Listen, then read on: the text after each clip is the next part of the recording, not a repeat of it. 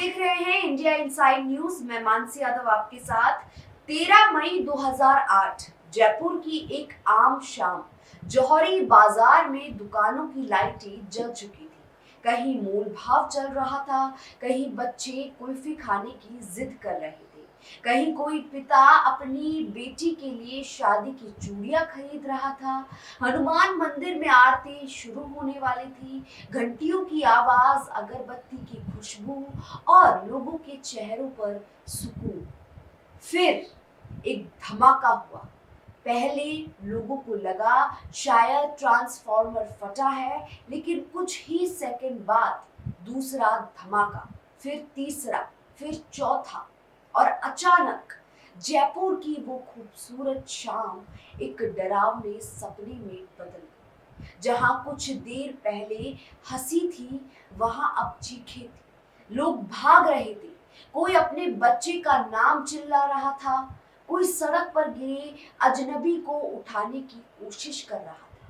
किसी के हाथ खून से भर चुके थे, लेकिन उसे पता भी नहीं था कि वो किसका खून है। एक आदमी अपनी पत्नी को ढूंढते हुए पागलों की तरह अस्पताल से अस्पताल भाग रहा था। उसके हाथ में सिर्फ उसकी चप्पल थी। एक छोटा बच्चा रोते हुए हर किसी से पूछ रहा था, मेरी मम्मी कहाँ है? लेकिन किसी के पास जवाब नहीं था। उस रात जयपुर ने सिर्फ लोगों को नहीं खोया था, उसने अपने भीतर का सुकून खो दिया था। अस्पतालों में इतनी भीड़ थी कि स्ट्रेचर कम पड़ गए।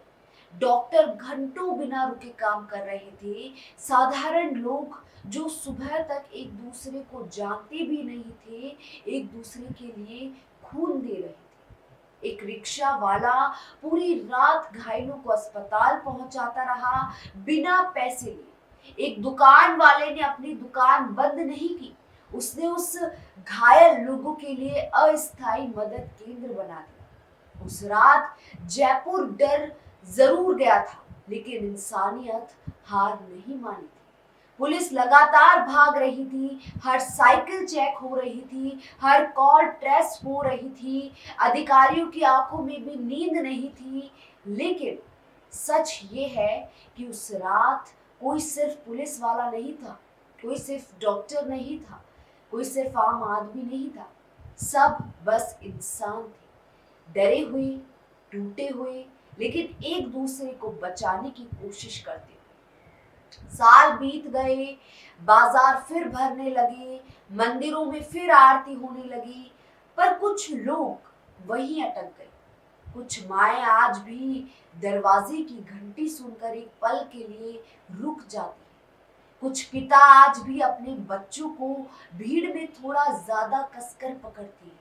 कुछ लोग आज भी तेज धमाके की आवाज सुनते ही कांप जाते हैं, क्योंकि आतंकवाद सिर्फ जान नहीं लेता, वो लोगों से उनका सामान्य जीवन छीन लेता है। और शायद सबसे दर्दनाक बात यह है कि जिन लोगों की उस दिन मौत हुई, वो कोई नेता नहीं थे, कोई बड़े नाम नहीं थे, वो आम लोग थे।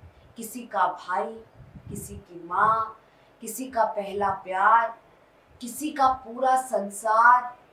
आज इतने साल बाद भी 13 मई सिर्फ एक तारीख नहीं है, ये उन अधूरी कहानियों की याद है जो उस शाम हमेशा के लिए रुक गई। और जयपुर वो आज भी मुस्कुराता है, लेकिन उसकी मुस्कुराहट के पीछे एक दर्द हमेशा छुपा रहता है।